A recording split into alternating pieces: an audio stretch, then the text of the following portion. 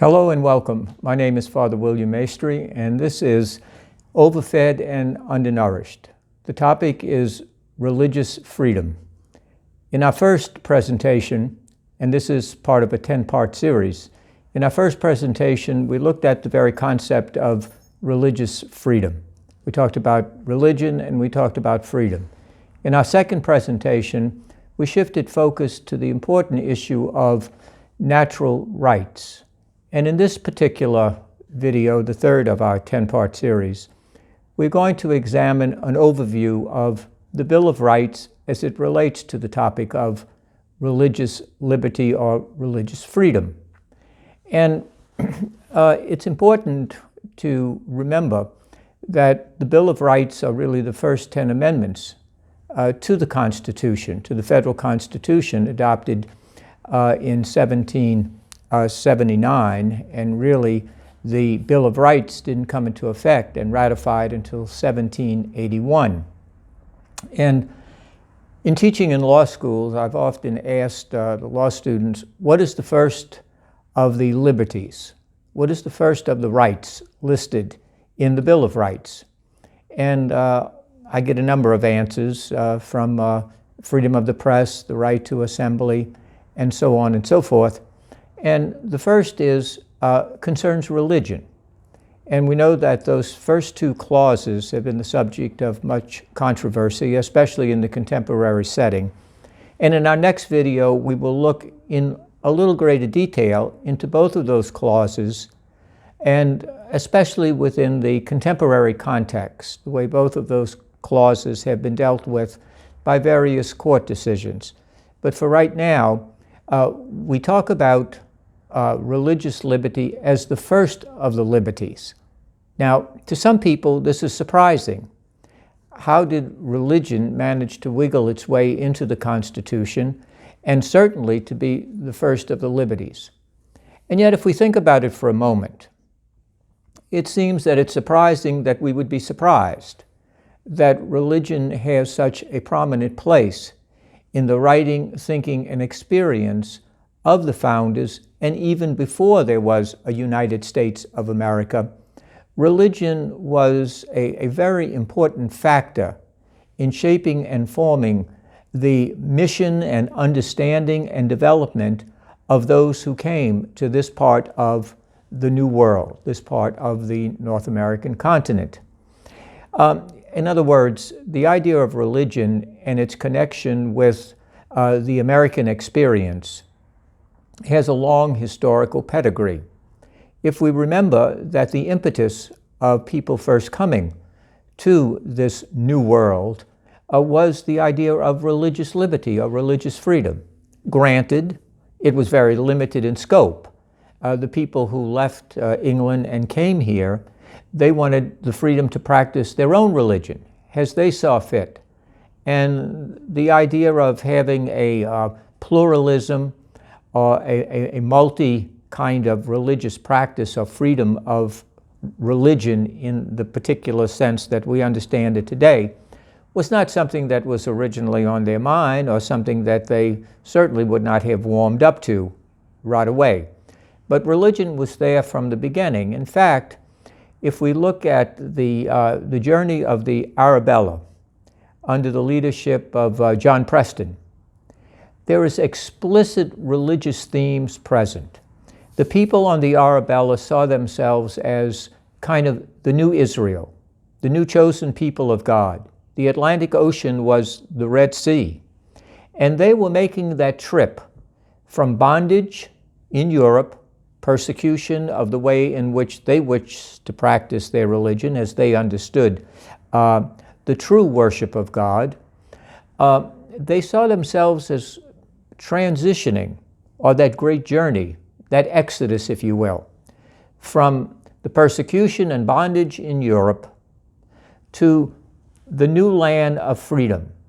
This was the new promised land, if you will, where they would be able, without persecution and without restriction, to practice religion as they saw fit.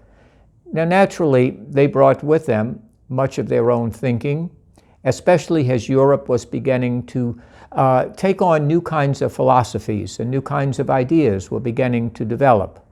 The three major contributors to the new way of thinking, because the American Revolution was really a revolution of the mind. There was a whole new way of thinking. And it was really Francis Bacon in science, with the new way of doing science through empirical verification and experiment. It was Isaac Newton, and perhaps the most influential intellectual component of this change to the American mind was done by John Locke, the British philosopher, in his writings on the second treatises on civil government. That had a tremendous influence on the mind and on the culture of the American experience, especially as it related to individual rights. More and more individual rights, as flowing from natural rights, became very prominent and a very important issue. This change of mind, this change of the American mind, really began the American Revolution and ultimately the breaking away from the British Empire. And the people who first landed in this new world, again to use that expression, they saw themselves as obeying a command of God. They saw themselves as being guided by divine providence, that this was not just another kind of secular excursion for geography and for plundering and for wealth and ties back to the old country, to be nothing more, if you will, than a kind of source of wealth to fund their various adventures. But there was a religious fabric through and in its foundation for what America was about. And so therefore, religion has always been a very important theme. For example, the real architect of the American Constitution, I realize that historians, the majority of historians, attribute that to James Madison, the father of the Constitution. But in recent scholarship, there has been a tremendous revival, a kind of renaissance, a rebirth, of the contribution of John Adams. And John Adams said the following: "The Constitution of the United States is a document made for a religious and moral people only." In other words, religion and morality are very much connected with the American experience, the American Constitution, and the way in which Americans understood themselves as a religious and moral people. If you read the farewell address of George Washington, he once again makes that connection between religion and morality and the idea of liberty or freedom and holding the country together that particular way. And so in order to have this experiment in liberty, and this, America is an experiment. It is an exception. Because if you look back in the history of the republics, back to the time of Greece and even Rome, although Rome made its experiments in republics, in Republican form of government, it never really worked out. This was entirely something new. A vast continent, people of different backgrounds, different nationalities, different experiences, all trying to come together to form a republic, especially the vastness of the geography. Geography should never be minimized as a factor here. And so this was an experiment. And Lincoln himself, a century later, indicated that this was the American experience and the American experiment. Could a people as diverse and widely scattered out across this vast continent, could they actually engage in this exceptional experiment in self-government? It doesn't shock us today, but back then, that was truly a novel thing. It was a new order of trying to have government by people, for the people, self-government. Not only govern myself, but also the ability to govern in relation to others and form a government that could do that. A representative form of democracy and a representative form of a republican government. That was the great task that lay before the American people, especially those who would put together a constitution.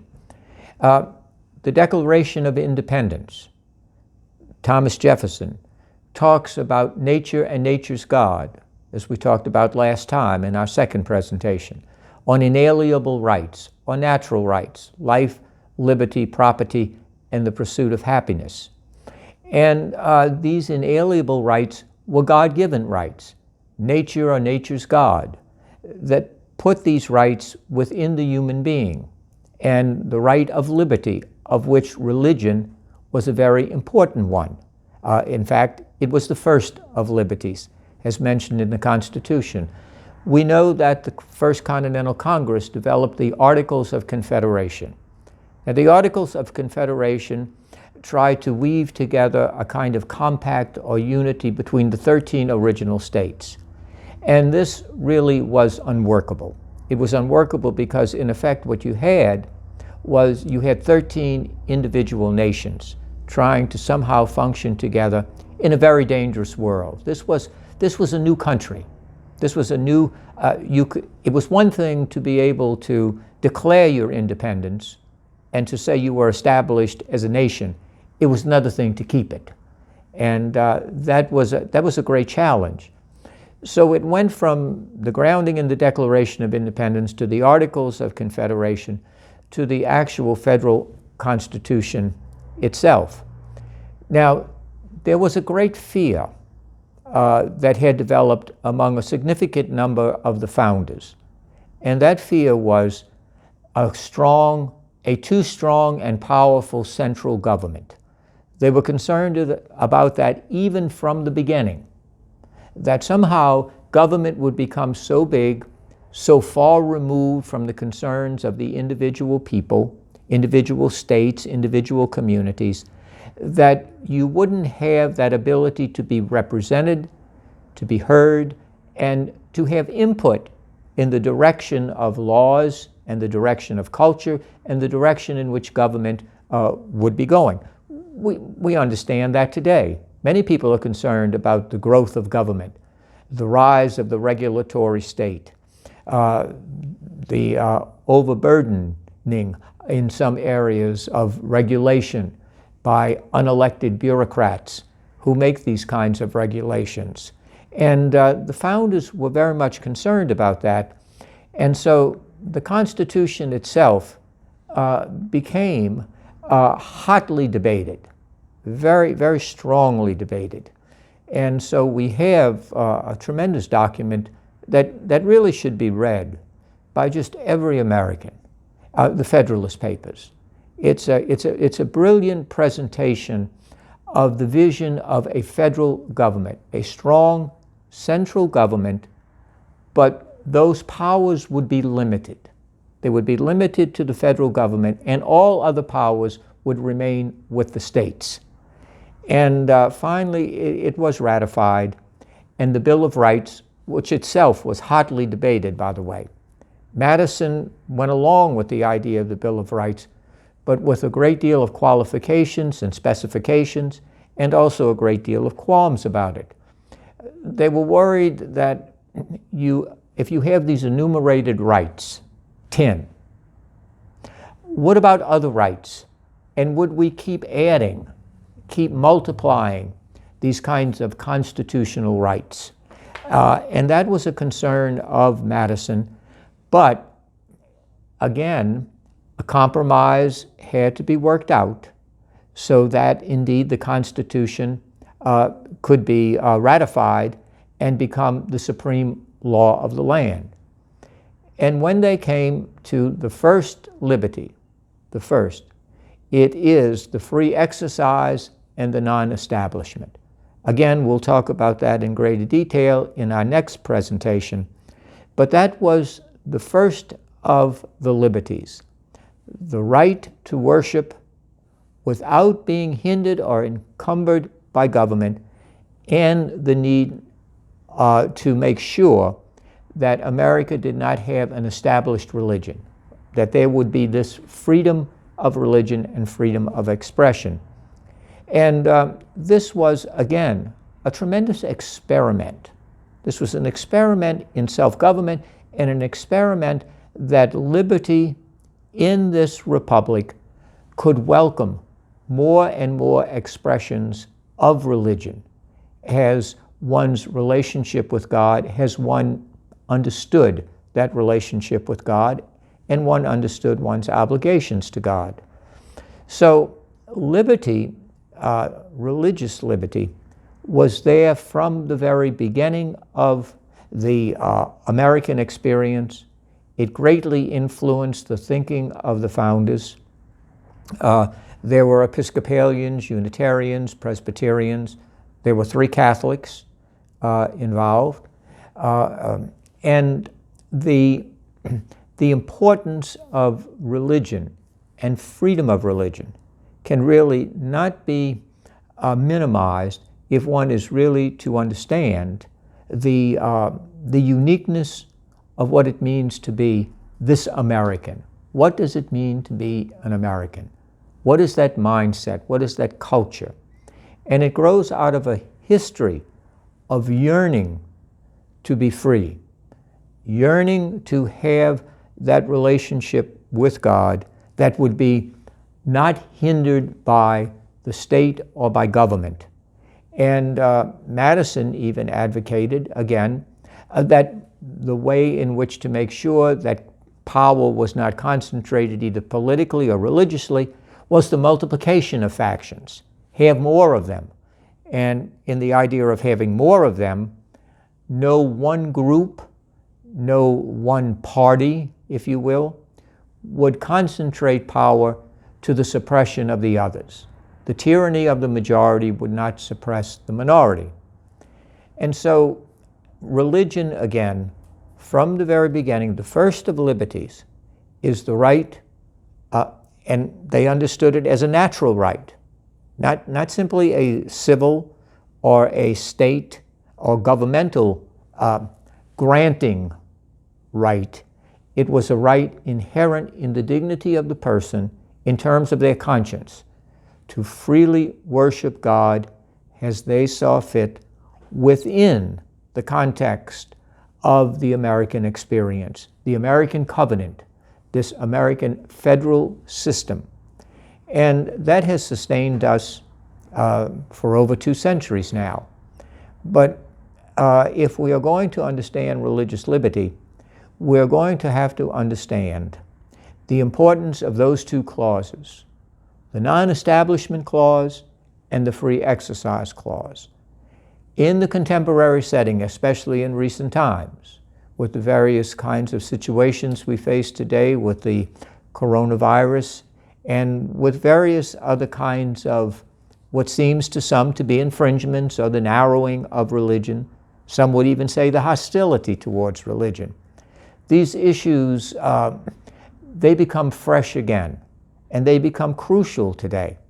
And therefore, it is important that we see this historical as well as contemporary connection between freedom and religion. It's who we are as a people. It's a tremendous heritage. It's a tremendous gift to the world, that beacon of liberty that flows in the harbor from the lady who holds the light, given by France. Not only give me your tired and your poor, but also, and those who yearn to be free. And part of that yearning to be free is the right, the inherent natural right to worship together, to worship God as one sees fit.